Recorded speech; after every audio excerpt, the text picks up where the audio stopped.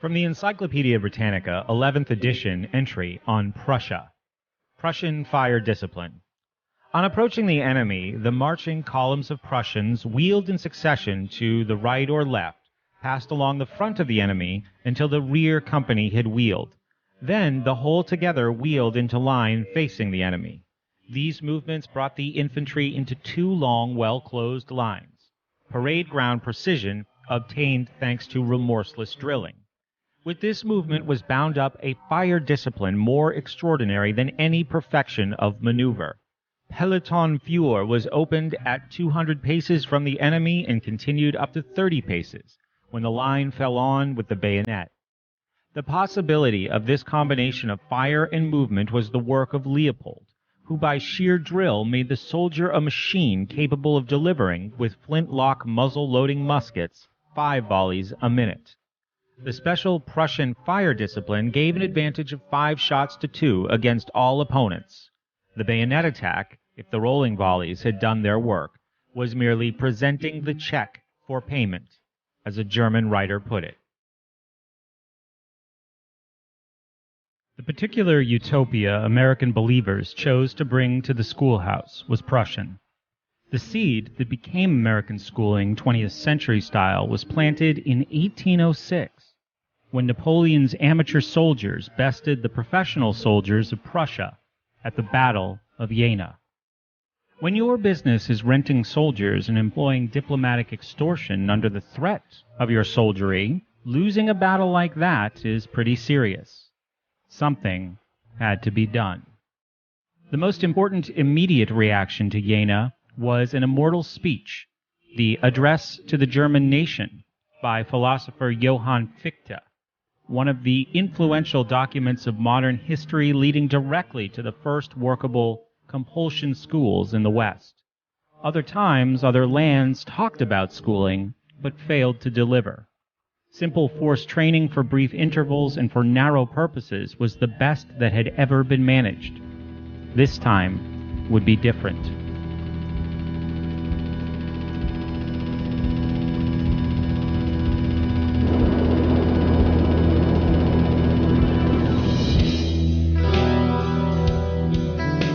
Under no uncertain terms, Fichte told Prussia the party was over.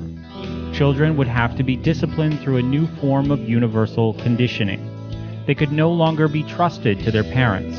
Look what Napoleon had done by banishing sentiment in the interests of nationalism. Through forced schooling, everyone would learn that work makes free, and working for the state, even laying down one's life to its commands, was the greatest freedom of all. Here in the genius of semantic redefinition lay the power to cloud men's minds, a power later packaged and sold by public relations pioneers Edward Bernays and Ivy Lee in the seed time of American forced schooling. Prior to Fichte's challenge, any number of compulsion school proclamations had rolled off printing presses here and there. The problem was, earlier ventures were virtually unenforceable, roundly ignored by those who smelled mischief lurking behind fancy promises of free education. Prussia was prepared to use bayonets on its own people as readily as it wielded them against others. So it's not at all that surprising that the human race got its first effective secular compulsion schooling out of Prussia in 1819. The same year Mary Shelley's Frankenstein, set in the darkness of far-off Germany, was published in England. Shelley came after more than a decade of deliberations, commissions, testimony, and debate. The Prussian mind had a clear idea of what centralized schooling should deliver. 1. Obedient soldiers to the army. 2. Obedient workers for mines, factories, and farms. 3. Well-subordinated civil servants trained in their function. 4. Well-subordinated clerks for industry. 5. Citizens who thought alike on most issues. And 6. National uniformity in thought, word, and deed. The area of individual volition for commoners was severely foreclosed by Prussian psychological training procedures drawn from the experience of animal husbandry and equestrian training, and also taken from past military experience. Much later, in our own time, the techniques of these assorted crafts and sullen arts became discoveries in the pedagogical pseudoscience of psychological behaviorism. Prussian schools delivered everything they promised. Every important matter could now be confidently worked out in advance by leading families and institutional heads, because well-schooled masses would concur with a minimum of opposition. The tightly schooled consensus in Prussia eventually combined the kaleidoscope German principalities into a united Germany, after 1,000 years as a nation in fragments. What a surprise the world would soon get from this successful experiment in national centralization. Under Prussian state socialism, private industry surged, vaulting resource-poor Prussia up among the world leaders. Military success remained Prussia's touchstone, even before the school law went into full effect as an enhancer of state priorities. The Army Corps was the principal reason for Napoleon's defeat at Waterloo, its superb discipline allowing for a surprisingly successful return to combat after what seemed to be a crushing defeat at the little corporal's hands just days before. Unschooled, the Prussians were awesome. Conditioning in the classroom promised to make them even more formidable. The immense prestige earned from this triumph reverberated through an America not so lucky in its own recent fortunes of war, a country humiliated by a shabby showing against the British in the War of 1812. 30 years after Prussia made state schooling work, we borrowed the structure, style, and intention of those Germans for our own first compulsion schools. Traditional American school purpose, piety, good manners, basic intellectual tools, self-reliance, etc., was scrapped to make way for something different. Our historical destination of personal independence gave way slowly to Prussian purpose schooling, not because the American way lost in any competition of ideas, but because for the new commercial and manufacturing hierarchs, such a course made better economic sense. The private advance towards nationalized schooling in America was partially organized, although little had ever been written about it. Orestes Brownson's journal identifies a covert national apparatus, to which Brownson briefly belonged, already in place in the decade after the War of 1812. One whose stated purpose was to Germanize America, beginning in those troubled neighborhoods where the urban poor huddled and where disorganized new immigrants made easy targets, according to Brownson. Enmity on the part of the old stock middle class and working class populations toward newer immigrants gave these unfortunates no appeal against the school sentence to which Massachusetts assigned them. They were in for a complete makeover, like it or not.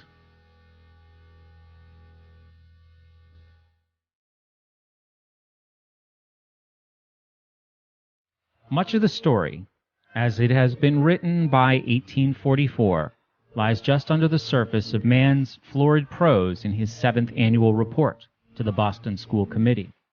On a visit to Prussia the year before, he had been much impressed, so he said, with the ease by which Prussian calculations could determine precisely how many thinkers, problem solvers, and working stiffs the state would require over the coming decade.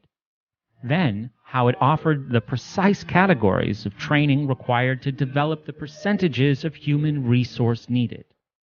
All this was much fairer to Mann than England's repulsive episcopal system, schooling based on social class. Prussia, he thought, was republican in the desirable, manly, Roman sense. Massachusetts must take the same direction.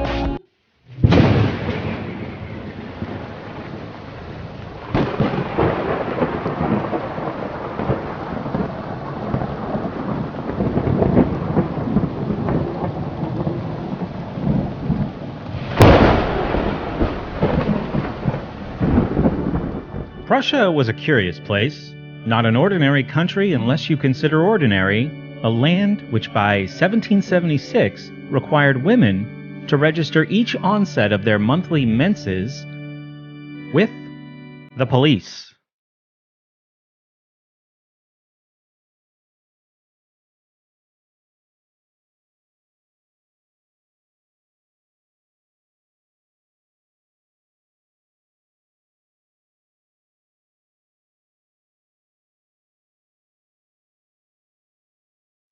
North America had been interested in Prussian developments since long before the American Revolution, its social controls being a favorite subject of discussion among Ben Franklin's exclusive private discussion group, the Junto.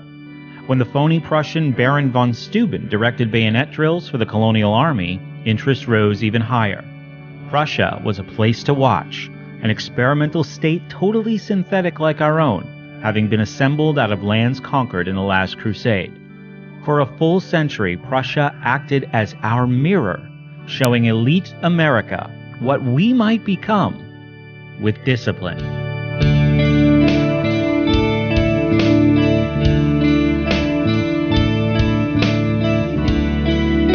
In 1839, 13 years before the first successful school compulsion law was passed in the United States, a perpetual critic of Horace Mann's own political party, the Boston Whigs, charged that proposals to erect German-style teacher seminaries in this country were a thinly disguised attack on local and popular autonomy. The critic, Orestes Brownson, allowed that state regulation of teaching licenses was a necessary preliminary only if school were intended to serve as a psychological control mechanism for the state and as a screen for a controlled economy. If that was the game truly afoot, said Brownson, it should be reckoned an act of treason. Where the whole tendency of education is to create obedience, Brownson said, all teachers must be pliant tools of government. Such a system of education is not inconsistent with the theory of Prussian society, but the thing is wholly inadmissible here. He further argued that according to our theory, the people are wiser than the government. Here, the people don't look to the government for light, but the government looks to the people. He concluded that to entrust government with the power of determining education which our children shall receive is entrusting the servant with the power of the master. The fundamental difference between the United States and Prussia has been overlooked by the Board of Education and its supporters. This same notion of German influence on American institutions occurred recently to a historian from Georgetown, Dr. Carroll Quigley. Quigley's analysis of elements in German character, which were exported to us, occurs in his book, Tragedy and Hope, A History of the World in Our Time. Quigley traced what he called the German thirst for the coziness of a totalitarian way of life to the breakup of German tribes in the Great Migrations 1,500 years ago, when pagan Germany finally transferred its loyalty to the even better totalitarian system of Diocletian in post-Constantine Rome. That system was soon shattered too, a second tragic loss for the security of the Germans. According to Quigley, they refused to accept this loss, and for the next 1,000 years, Germans made every effort to reconstruct the universal system, from Charlemagne's Holy Roman Empire right up to the aftermath of Jena in 1806. During that 1,000-year interval, other nations of the West developed individual liberty as the ultimate center of society in its principal philosophical reality. But while Germany was dragged along in the same process, it was never convinced that individual sovereignty was the right way to organize society. Germans, said Quigley, wanted the freedom from the need to make decisions, the negative freedom that comes from a universal totalitarian structure which gives security and meaning to life. The German is most at home in military, ecclesiastical, or educational organizations, ill at ease with equality, democracy, individualism, or freedom. And this was the spirit that gave the West forced schooling in the early 19th century. So, spare a little patience while I tell you about Prussia and Prussianized Germany, whose original mission was expressly religious, but in time became something else. During the 13th century, the Order of Teutonic Knights set about creating a new state of their own. After 50 turbulent years of combat, the Order successfully Christianized Prussia by the efficient method of exterminating the entire native population and replacing it with Germans. By 1281, the Order's hold on lands once owned by the heathen Slavs was secure. Then, something of vital importance to the future occurred.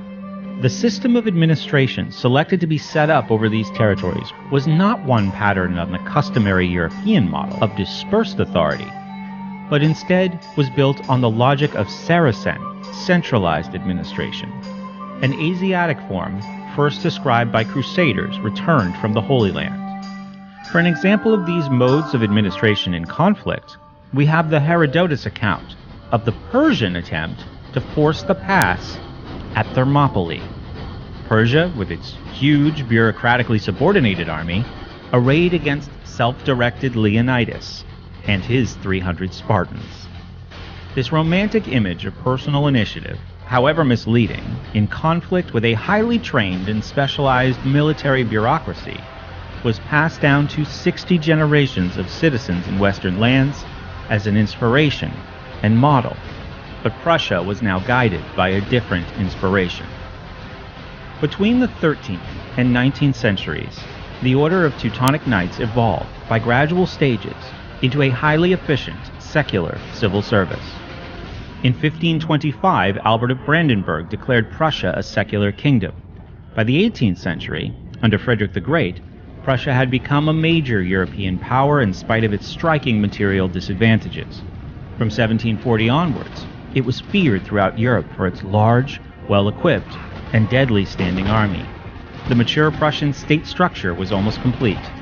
During the reigns of Frederick I and his son Frederick II, Frederick the Great, the modern absolute state was fashioned there by means of immense sacrifices imposed on the citizenry to sustain permanent mobilization. The historian Thomas Macaulay wrote of Prussia during these years, "The king carried on warfare as no European power ever had. He governed his own kingdom as he would a besieged town, not caring to what extent private property was destroyed or civil life suspended. The coin was debased, civil functionaries unpaid, but as long as means for destroying life remained, Frederick was determined to fight to the last." German writer and statesman Johann Wolfgang von Goethe said, "Frederick saw Prussia as a concept, the root cause of a process of abstraction consisting of norms, attitudes, and characteristics which acquired a life of their own. It was a unique process, supra-individual, an attitude depersonalized, motivated only by the individual's duty to the state." Now today, it's easy for us to recognize Frederick as a systems theorist of genius, one with a real country to practice upon. Under Frederick William II, Frederick the Great's nephew and successor, from the end of the 18th century on into the 19th, Prussian citizens were deprived of all rights and privileges. Every existence was comprehensively subordinated to the purposes of the state, and in exchange, the state agreed to act as a good father, giving food, work and wages suited to the people's capacity, welfare for the poor and elderly, and of course, universal schooling for children. The early 19th century saw Prussian state socialism arrive full-blown as the most dynamic force in world affairs, a powerful rival to industrial capitalism, with antagonism sensed but not yet clearly identified. It was the moment of schooling, never to surrender its grip on the throat of society once achieved.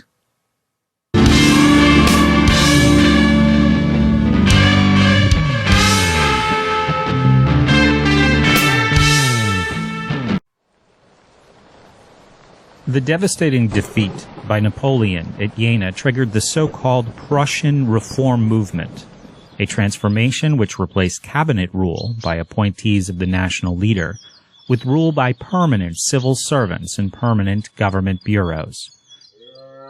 Ask yourself which form of governance responds better to public opinion, and you will realize what a radical chapter in European affairs was opened.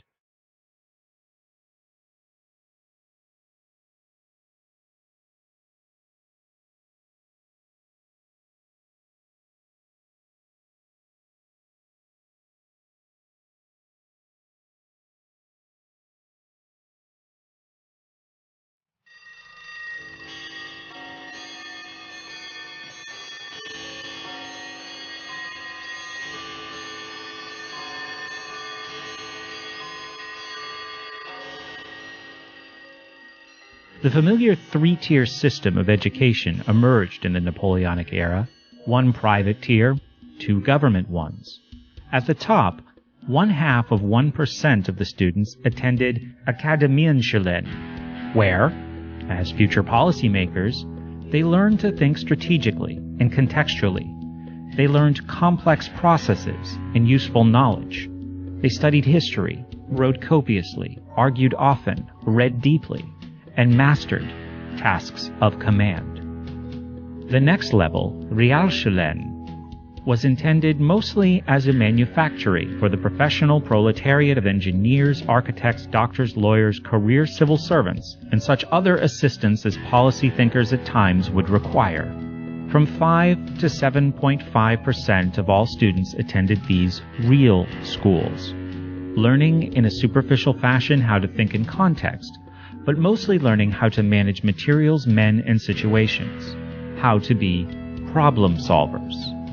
This group would also staff the various policing functions of the state, bringing order to the domain. Finally, at the bottom of the pile, a group between 92 and 94% of the population attended people's schools, where they learned obedience, cooperation, and correct attitudes, along with rudiments of literacy and official state myths of history. This universal system of compulsion schooling was up and running by 1819, and soon became the eighth wonder of the world, promising for a brief time, in spite of its exclusionary layered structure, liberal education for all. But this early dream was soon abandoned. This particular utopia had a different target than human equality. It aimed instead for frictionless efficiency.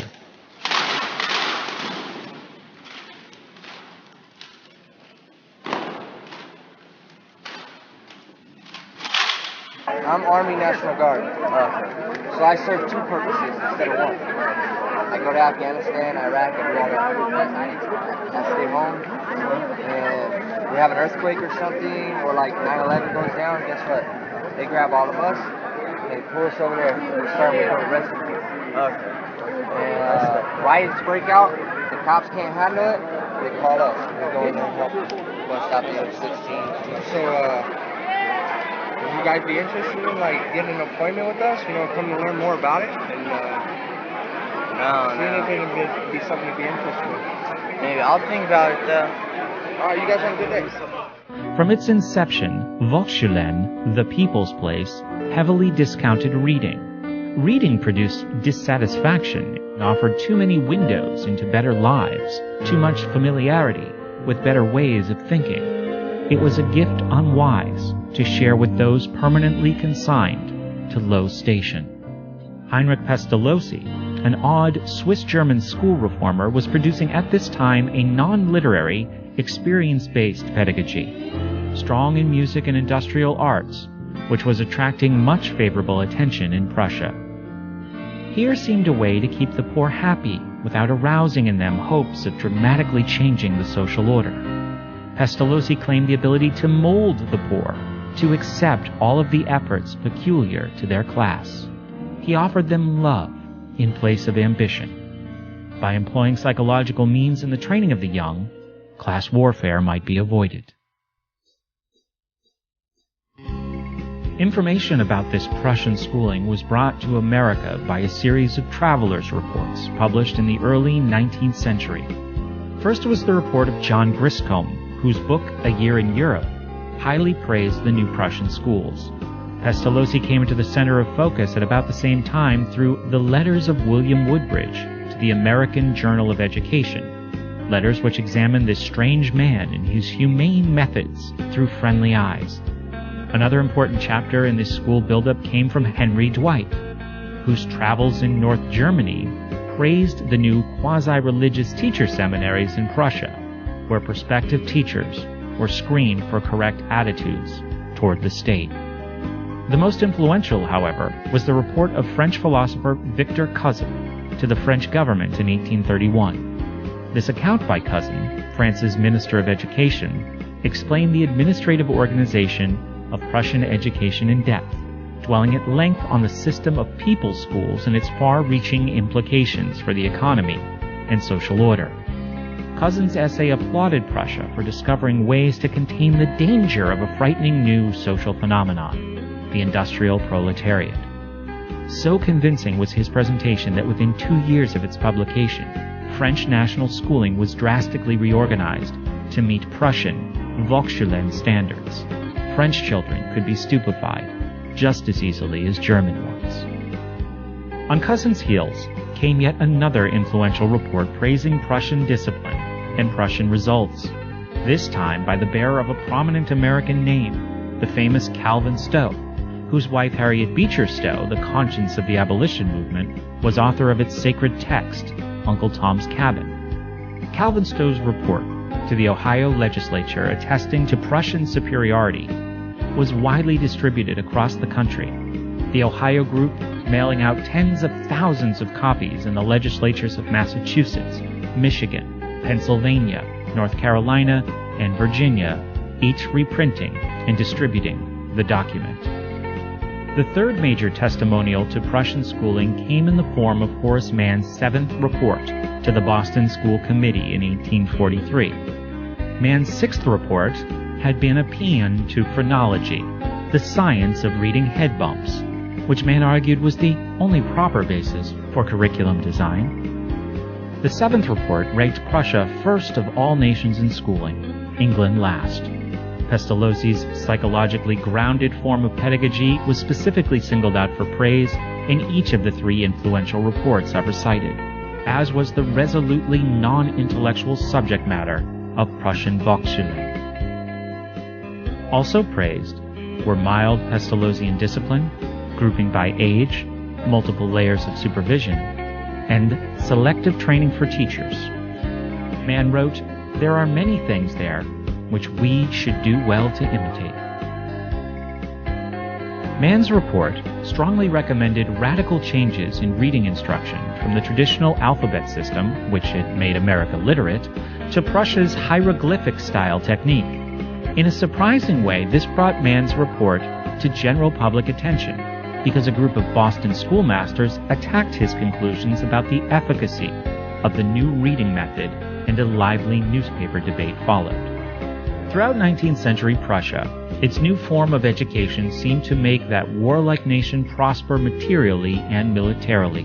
While German science, philosophy, and military success seduced the whole world, thousands of prominent young Americans made the pilgrimage to Germany to study in its network of research universities, places where teaching and learning were always subordinate to investigations done on behalf of business and the state. Returning home with the coveted German PhD, those so degreed became university presidents and department heads, took over private industrial research bureaus, government offices, and the administrative professions. The men they subsequently hired for responsibility were those who found it morally agreeable to offer obeisance to the Prussian outlook too. In this leveraged fashion, the gradual takeover of American mental life managed itself. For a century here, Germany seemed to be at the center of everything civilized. Nothing was so esoteric or commonplace that it couldn't benefit from the application of German scientific procedure. When the spirit of Prussian Pelletonführer crushed France in the Lightning War of 1871, the world's attention focused intently on this hypnotic utopian place. What could be seen to happen there was an impressive demonstration that endless production flowed from a Baconian liaison between government, the academic mind, and industry. Credit for Prussian success was widely attributed to its form of schooling. What lay far from casual view was the religious vision of a completely systematic universe which animated this Frankenstein nation.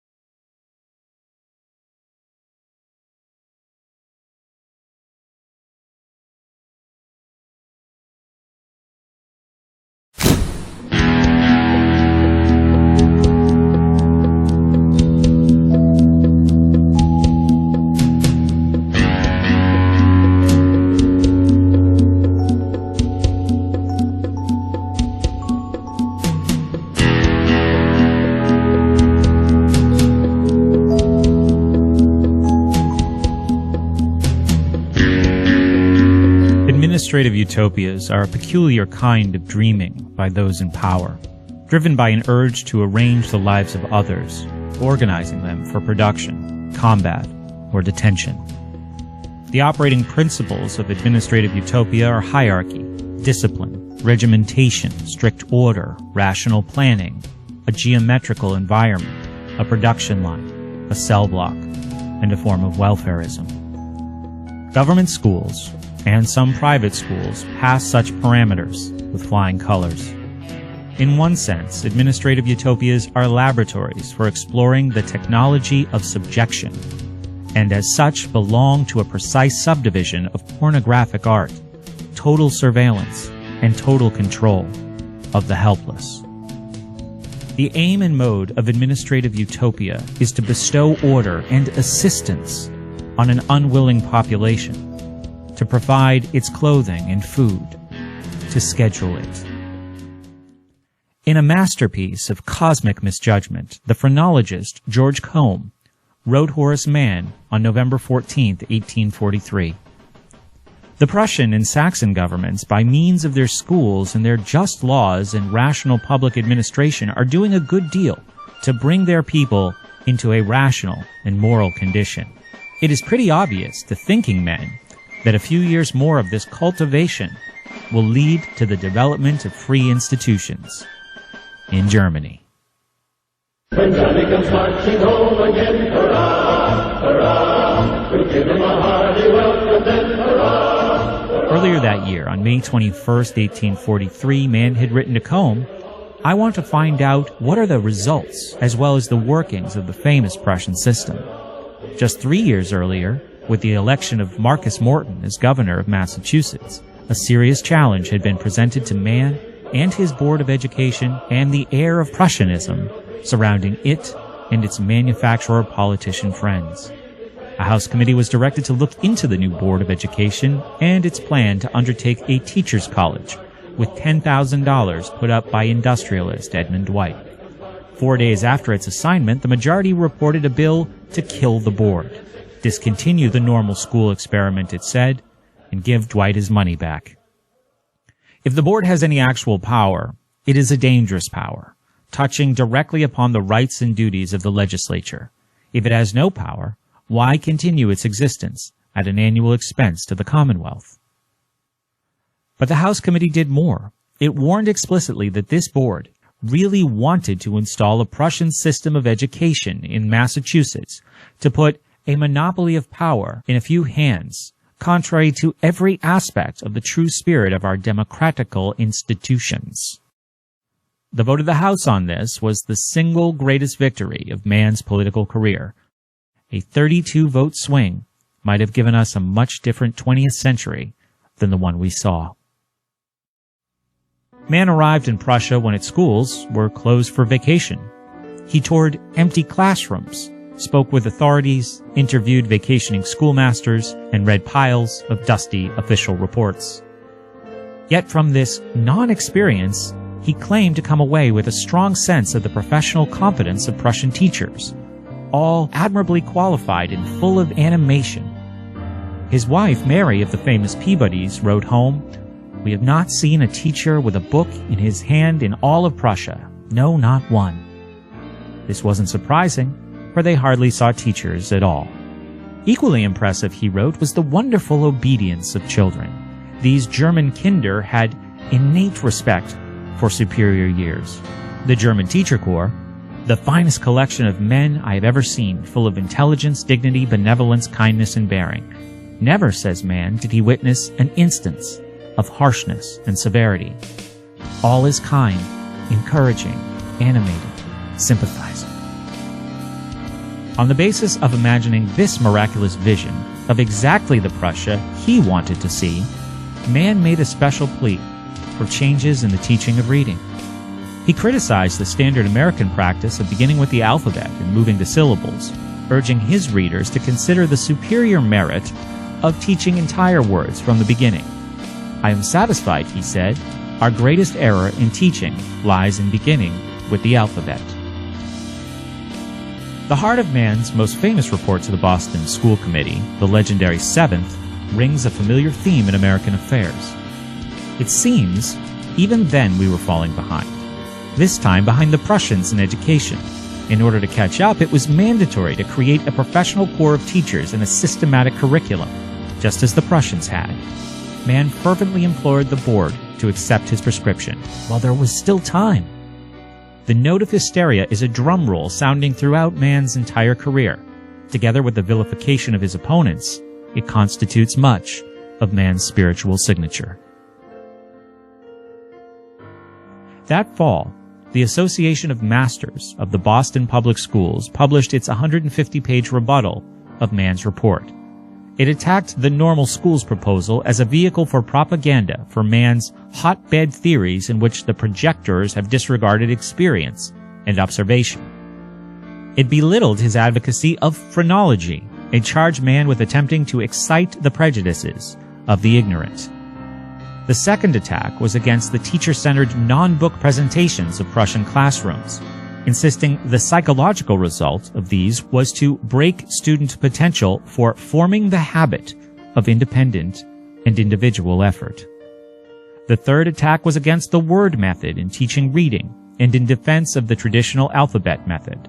Lastly, it attacked Mann's belief that interest was a better motivator to learning than discipline. Duty should come first and pleasure should grow out of the discharge of it. Thus was framed a profound conflict between the old world of the Puritans and the new psychological strategy of the Germans.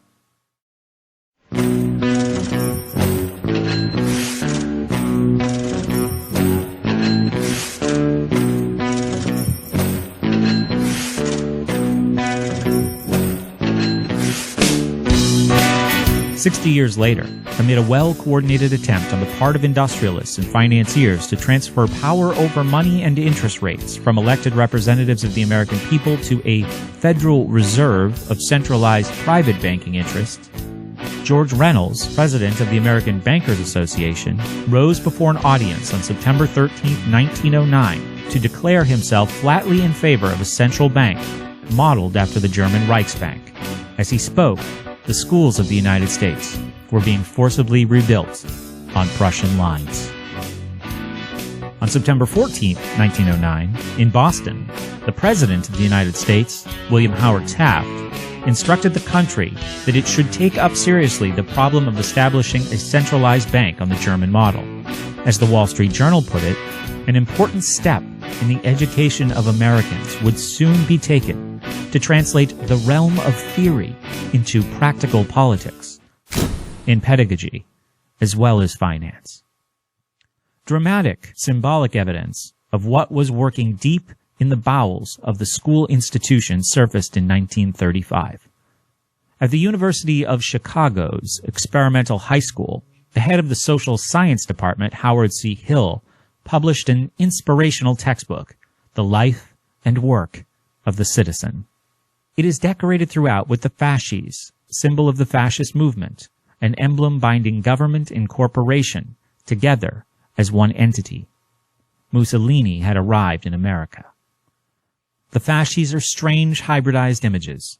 One might almost say Americanized. The bundle of sticks wrapped around a two-headed axe, the classic Italian fascist image, had been decisively altered. Now the sticks are wrapped around a sword. They appear on the spine of this high school text, on the decorative page introducing Part 1, again on a similar page for Part 2, and are repeated on Part 3 and Part 4 as well. There are also fierce military eagles hovering above those pages. The strangest decoration of all is on the title page, a weird interlock of hands and wrists which, with only a few slight alterations of its structural members, would be a living swastika. The legend announces it as representing the united strength of law, order, science, and the trades. Where the strength of America had traditionally been located in our First Amendment guarantee of argument, now the Prussian connection was shifting the locus of attention in school to cooperation with both working and professional classes, sandwiched between the watchful eye of law and order. Prussia had entrenched itself deep into the bowels of American institutional schooling.